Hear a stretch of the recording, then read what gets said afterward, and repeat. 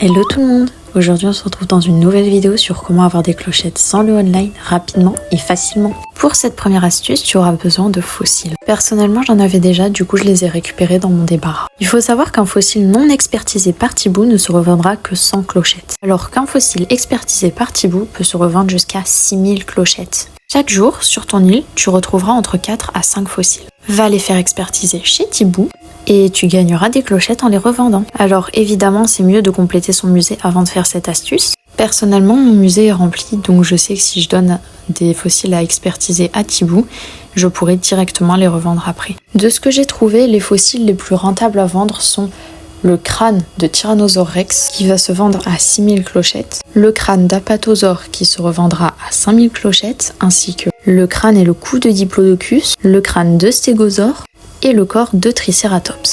Quant au crâne de Triceratops, il se revendra à 5500 clochettes. Sur Animal Crossing Wiki, tu pourras retrouver tous les fossiles ainsi que leur prix. En allant au musée pour donner ton fossile à Tom Nook, tu pourras également lui demander des questions sur le fossile, l'insecte, le poisson ou l'œuvre d'art que tu as amené.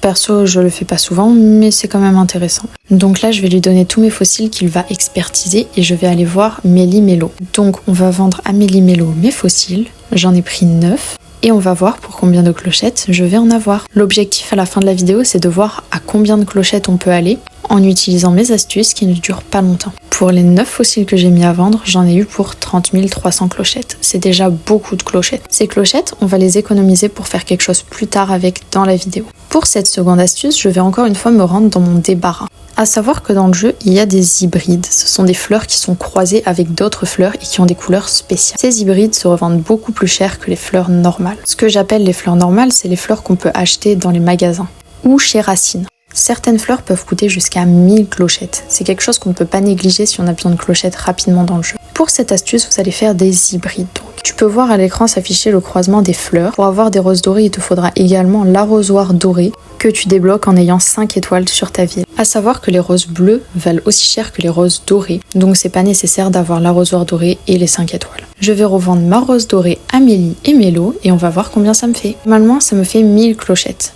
Donc si vous faites des plantations de roses dorées et de roses bleues, vous pouvez gagner beaucoup de clochettes par jour. Pour cette troisième astuce, on va vendre des fruits. En effet, sur ton île, tu as un fruit de base. C'est le fruit que tu as partout quand tu arrives sur ton île. Personnellement, c'est la pomme, donc je vais vendre des cerises, des noix de coco, des oranges, des pêches et des poires. Tu peux voir tous les fruits disponibles dans le jeu affichés à l'écran. La pomme, mon fruit de base, se revendrait 100 clochettes. Sauf qu'un fruit autre, comme la pêche, la poire, la cerise, se revendra 500 clochettes, ce qui est pas négligeable. Les noix de coco, elles, se revendent 250 clochettes. Si tu fais des plantations de fruits, tu peux en récolter très souvent et récolter pas mal de clochettes. Avec 46 fruits, on va voir combien ça me fait. Donc en vendant mes fruits, j'ai gagné 20 750 clochettes, ce qui est encore un très bon prix. Pour obtenir les fruits, vous avez juste à vous rendre sur des îles mystères avec des tickets Miles Nook. Tu pourras tomber sur des arbres fruitiers que tu n'as pas et tomber également sur des cocotiers. N'hésite pas à manger des fruits pour amener les arbres chez toi. Également, au début du jeu, maman t'enverra une lettre contenant un fruit que tu n'as pas déjà sur ton île. Pour cette quatrième astuce, tu vas te munir d'une pelle qui a encore toute sa résistance, c'est-à-dire une pelle quasiment pas utilisée, voire pas utilisée. Parce que, comme tu le sais, dans le jeu, les pelles se cassent, ainsi que les filets, les cannes à pêche et les lance-pierres. Dans New Horizon, même les outils dorés peuvent se casser, donc c'est mieux d'avoir un outil qui est 100% neuf. Après t'être muni, fais pas attention, mon île est en construction. Alors maintenant, on va répondre à la question de pourquoi on va chercher un rocher. Alors on peut tomber sur le rocher à clochettes déjà, qui va te rapporter pas mal de clochettes. Si tu as la chance de réussir à taper sur le rocher jusqu'à la fin, tu auras 16 100 clochettes, ce qui est quand même beaucoup de clochettes. Dans les rochers, on peut également trouver des pépites d'or. Si tu revends ta pépite d'or que tu as ramassée dans un rocher à Méli et Mélo, tu peux récupérer jusqu'à 4000 clochettes. C'est pour ça que c'est très important de taper de clochettes. Avec les pépites d'or, tu peux aussi crafter des meubles de la série or. Il y a les outils en or, l'arrosoir, la canne à pêche, le filet, la hache, le lance-pierre et la pelle, et d'autres meubles comme le sarcophage en or. Pour cette cinquième astuce, on va se concentrer sur la chasse et la pêche. Si tu te trouves en hémisphère nord, de juin à septembre, de 16h à 9h, tu pourras récupérer des requins. Et si tu te trouves en hémisphère sud, ce sera de décembre à mars, de 16h à 9h que tu pourras pêcher des requins. Les requins se revendent assez cher chez Mélie et Mélo, mais ils se revendent encore plus cher chez Pollux.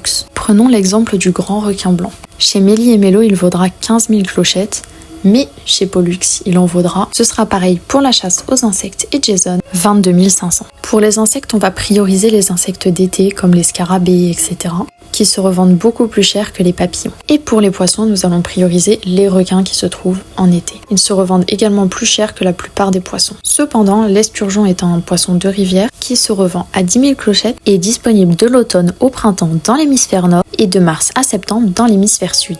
Ce qu'on peut en retenir, c'est que la meilleure saison pour chasser les insectes et les poissons, c'est l'été.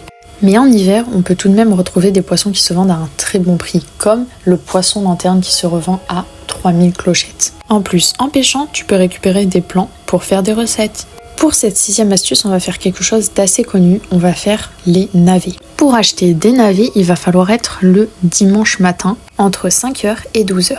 Donc là, dans mon jeu, je suis pas le dimanche matin, donc je vais time travel pour être le dimanche matin et chercher Porcelette. Porcelette qui est d'ailleurs la petite fille de Porchella. Faut savoir que tu n'es pas du tout obligé de time travel, c'est juste que j'étais pas au bon jour, mais tu peux attendre d'être au bon jour. Il faut juste se réveiller tôt pour être sûr de pouvoir croiser Porcelette. Là, je vais chercher Porcelette sur mon île du coup, et on va aller lui acheter des navets. Tu peux revendre tes navets tous les jours de la semaine chez Mélie et Mélo. Le cours du navet changera 2 fois par jour, mais au bout d'une semaine, tes navets peuvent pourrir, donc il faut évidemment trouver un moment pour les vendre dans la semaine. Les navets pourris attirent les mouches et les fourmis, donc si vous en avez pas dans votre musée, vous pouvez laisser pourrir un navet. J'utilise les clochettes que j'ai en poche pour acheter des navets. C'était la première fois que je parlais à Porcelette, donc le dialogue était un peu spécial, je crois. J'ai décidé de prendre pas beaucoup de navets, j'en ai pris que 50, mais j'ai pas beaucoup de clochettes, donc vous allez voir que 50 navets, ça va largement suffire. Et j'ai pas pris beaucoup de navets également parce que je savais pas si j'allais pouvoir trouver un bon cours du navet. Aujourd'hui, le lot de 10 navets coûte 109 clochettes et vous allez voir, j'ai réussi à les vendre à un très bon prix. Je pense que j'aurais pu les vendre encore plus cher, mais j'ai fait le premier jour où j'étais in travel, j'ai vendu les navets. Comme tu peux le voir, j'ai pas acheté les navets très chers et ça va être vraiment rentable. Une fois que j'étais in travel, je me rends chez Mélie et Mélo avec mes navets. Faites bien attention de pas in travel plus d'une semaine parce que sinon vos navets vont pourrir. Je vais revendre mes navets et on va voir combien ça me fait. Évidemment, j'ai acheté 50 navets, mais vous pouvez en acheter autant que vous voulez, vous pouvez en acheter autant que vous avez de clochettes. Le seul truc, c'est que ça va être assez compliqué pour les ramener et faire des allers-retours chez Mélie et Mélo. Donc là, on peut voir que le cours du navet est vraiment élevé, il est à 202 clochettes, c'est pas mal. J'aurais pu trouver mieux honnêtement, mais c'est déjà bien. Et là, donc, on va voir qu'on a pu quasiment doubler le prix auquel je les ai achetés. Donc j'ai encore une fois gagné pas mal de clochettes. Et pour la dernière astuce, on va se munir de notre pelle. On va utiliser l'argent qu'on a récolté pour faire pousser un arbre à clochette. Il va te suffire de trouver ce petit trou lumineux dans le sol. Tu récupères un sac 2000 clochettes. J'ai empoché mon sac 2000 clochettes et j'en ai ressorti 10 000 pour pouvoir enterrer les 10 000 clochettes et avoir un arbre à clochettes qui pousse et qui en donne 10 000. Donc avec cet arbre à clochettes, je vais récolter 20 000 clochettes plus les 10 000 que j'ai enterrées. Personnellement, je te conseille de faire ça avec des sacs de 99 000 clochettes, comme ça tu peux récupérer encore plus de clochettes et ça fait vraiment beaucoup. Donc là, je vais encore une fois time travel pour récupérer les clochettes. Sur le trajet, j'ai croisé un habitant qui voulait partir, donc si jamais ça intéresse quelqu'un, n'hésite pas à me le mettre en commentaire. Je le donnerai avec plaisir, puisque je n'en veux pas. Il va pas du tout dans mon thème. Mon thème c'est Noël, donc je vois pas ce qu'il fait sur mon île. Je suis vraiment trop contente qu'il parte, comme ça je pourrais prendre Léa parce que je l'aimais pas du tout. Si jamais l'habitant t'intéresse, n'hésite pas à me laisser un petit commentaire, je te répondrai et on pourra faire l'échange si tu as le Nintendo Switch Online évidemment. Donc tout de suite, on va aller voir l'arbre à clochettes et normalement il m'a donné 30 000 clochettes parce que j'ai mis un sachet de 10 000. Il faut savoir qu'une fois que tu as récolté les clochettes, tu ne peux plus ravoir de clochettes de cet arbre là. J'espère que cette vidéo t'aura plu. Si ça t'a intéressé, n'hésite pas à me le dire en commentaire, à liker, commenter, partager et t'abonner.